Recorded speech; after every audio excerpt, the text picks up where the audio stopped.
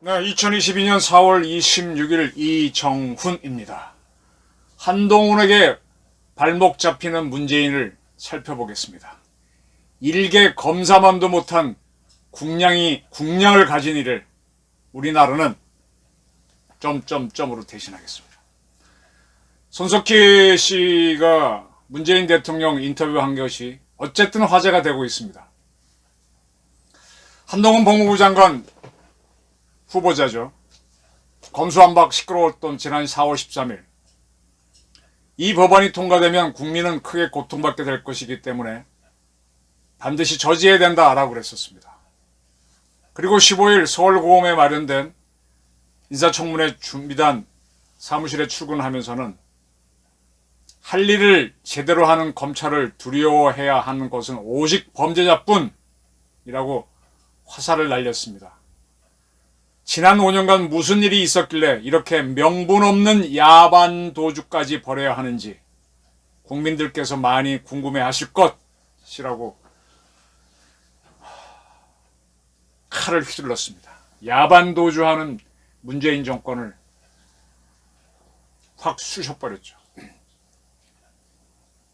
지난 21일 권성동 씨 국힘당 원내대표는 박병석 국회의장 그 다음에 민주당 원내대표와 함께 심각한 토론도 없고 뭐도 없이 민주당 원안에서 약간 변환된 검수완박 법안을 덜렁 받아왔습니다. 그러자 바로 그 다음날 한동훈 씨는 2020년 이미 검경 수사권 조정 등이 바뀌어서 그게 시행되고 있는데 여기에서도 많은 허점이 드러나고 있다. 부재형도 드러나고 있다. 근데 또 추가로 급하게 또 입법을 하고 있는데 입법을 하려면 공청회도 열고 의견도 들어보고 해야 돼. 그런 과정도 없이 다 건너뛰고 이 독재국가에서 하듯이 하니 이러면 악화될 것이 우려된다라고 그랬습니다. 여기에 대해서는 저도 굉장히 공감합니다. 국무총리 인준을 받아야 된다는 절박함은 이해하지만 이렇게 가는 건 아니죠. 이렇게 되면은요, 이런 식으로 법을 만들면 앞으로 변호사들이 다 풀어냅니다. 경찰에 가서 풀어내고 다 풀어냅니다. 유전무죄, 무전유죄가 보편화되죠. 저는 이렇게 사람들을 쭉 만나면서 이런 사람 저 사람 만나면서 세상 평판이 그렇습니다.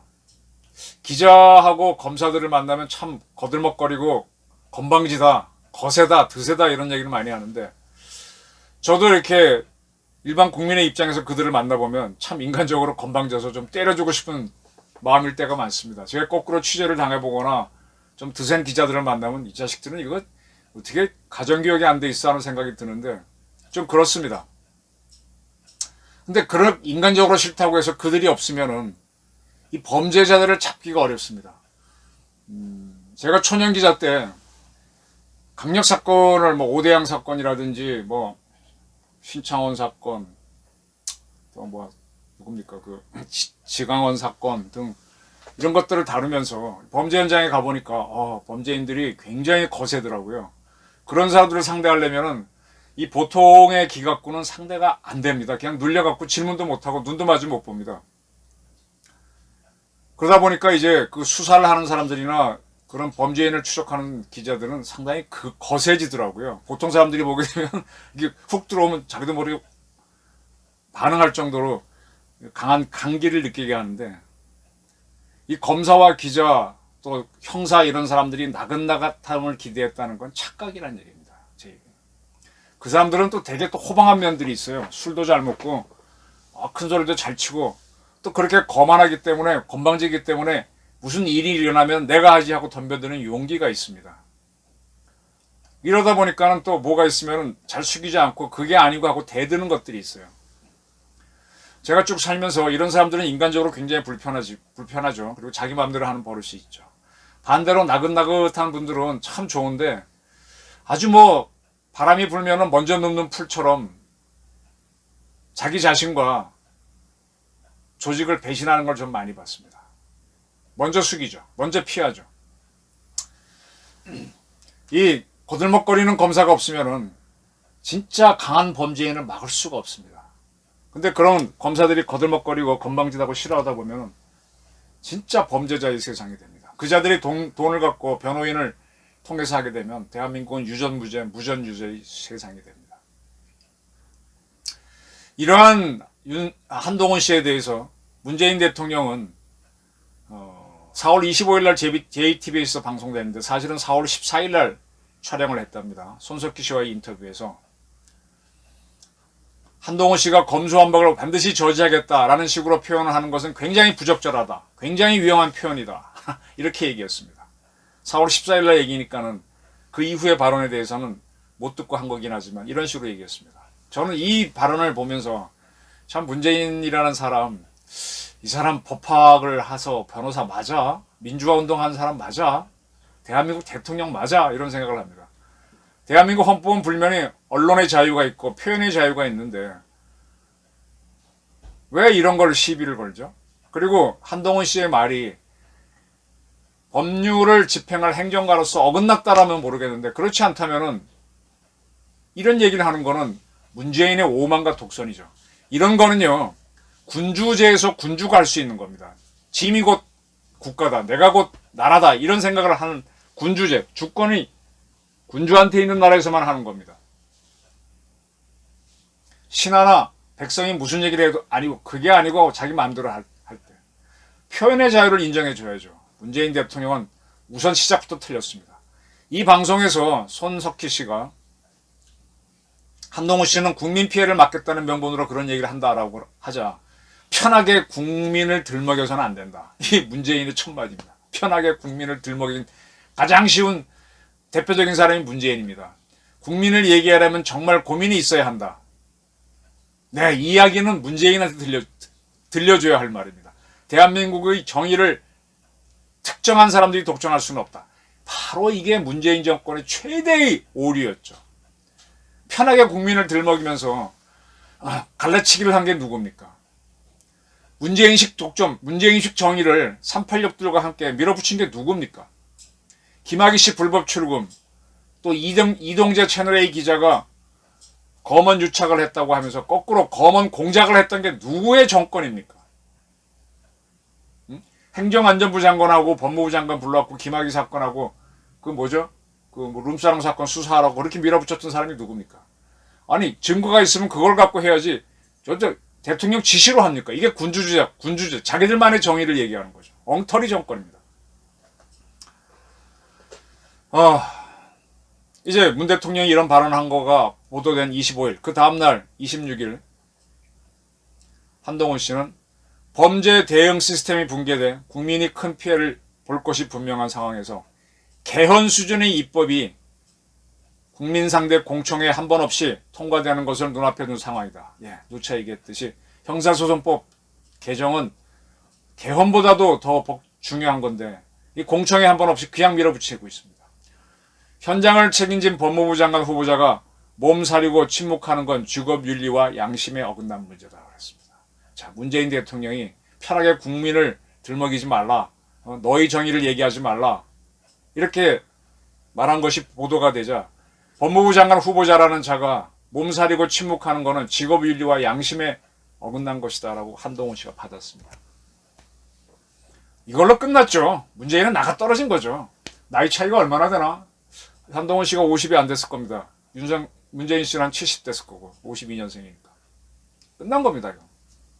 사실은 한덕수 총리 후보자 이하 윤석열 정부에서 장관으로 지명된 사람들은 자기의 그 직업 윤리를 갖고 지금 문재인 정권 내세운 거에 대해서 싸워야 됩니다. 근데 이 사람들은 자기의 어떤 비리를 감추기 위해서 좀 숨어 있죠. 나는 좀 덜 시달리고 통과했으면 좋겠다. 이런 식으로 나가면 안 됩니다.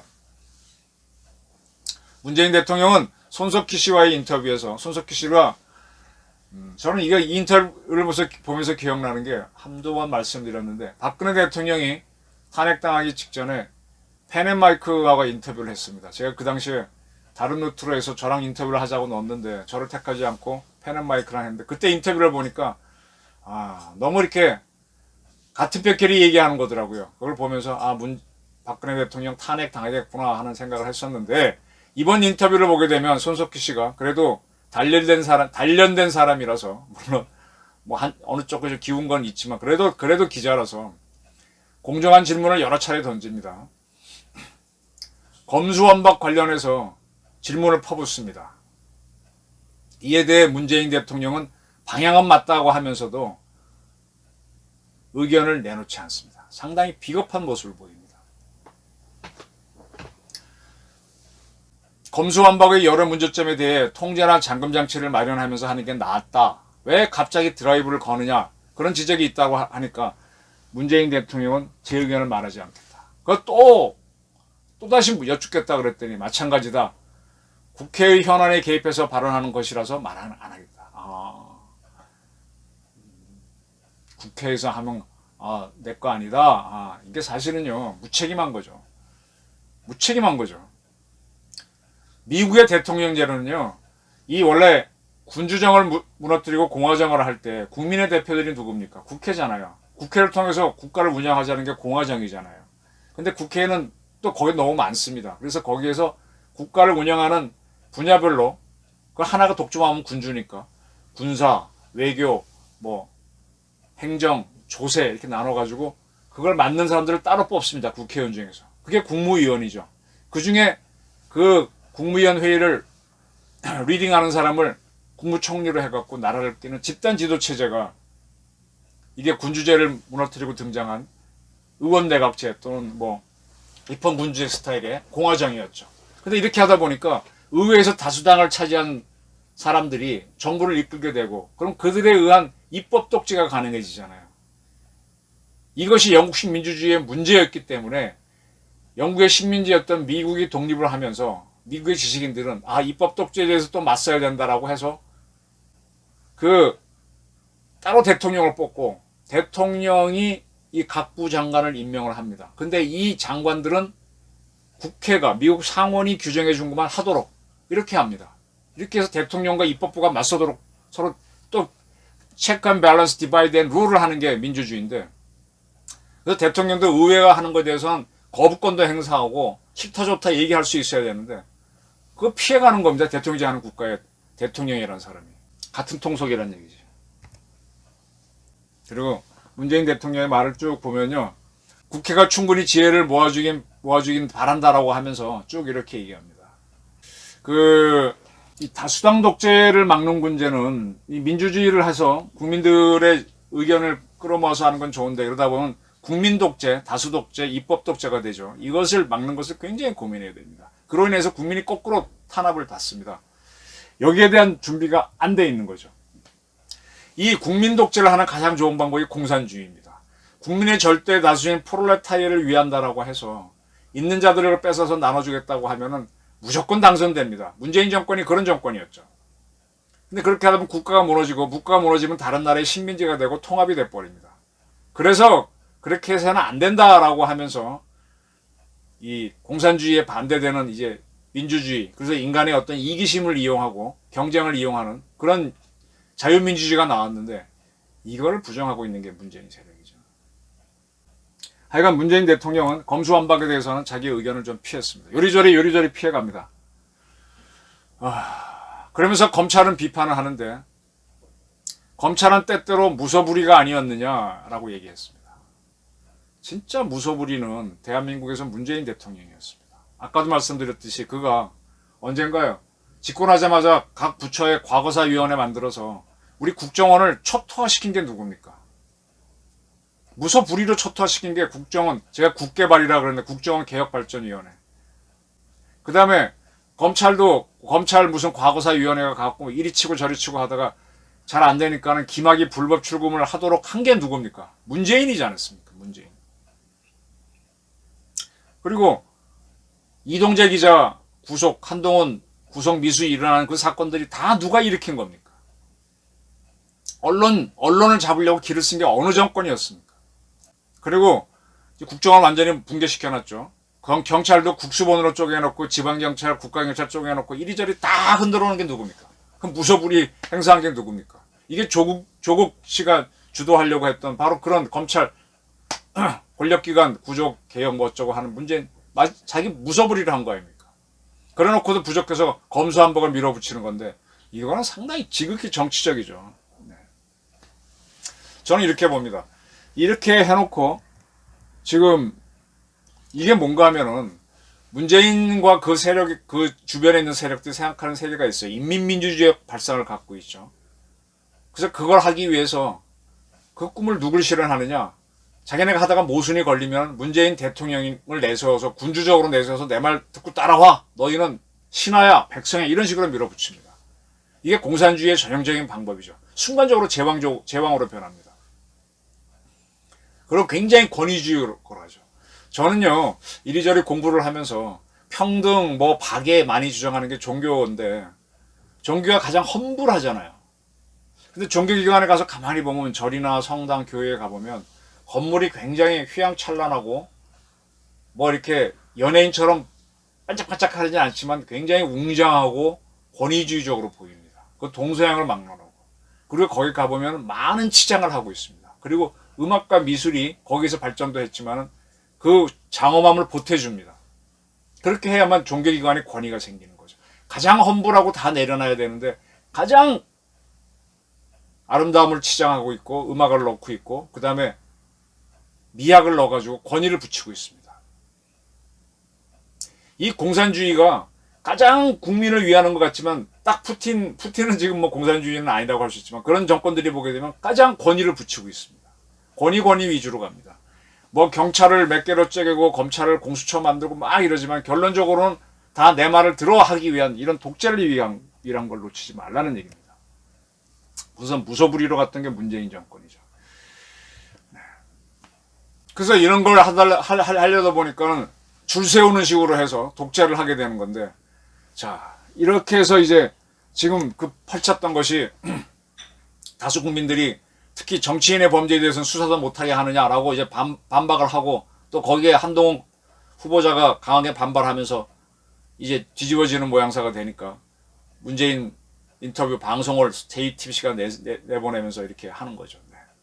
이게 보게 되면은 문재인은 한동훈한테 발목이 잡혔습니다. 그리고 제가 발견되는 거는 한 검사만도 못한 국량을 가진 사람이 대한민국을 이끌었다니 참 억울하고 한심합니다. 윤석열 당선인도 그런 덫에 걸리지 않기를 바라는 마음입니다. 이렇게 원칙에 충실하면 됩니다. 기자들은 기자 일에 충실하면 되고 업종을 바꾼다면 그때 가서 바꾸더라도 그 전까지는 자기 일에 충실하면 됩니다. 그자들이 거기서 부패하는 그거대로 치면 되지. 그것 때문에 기자를 죽이고 검찰을 죽이고 그걸 내 사람 만들기 위해서 이리저리 흔들어 갖고 줄 세운다. 그게 독재입니다. 한동훈한테 물린 문재인 어떻게 할지 지켜보도록 하시죠. 감사합니다.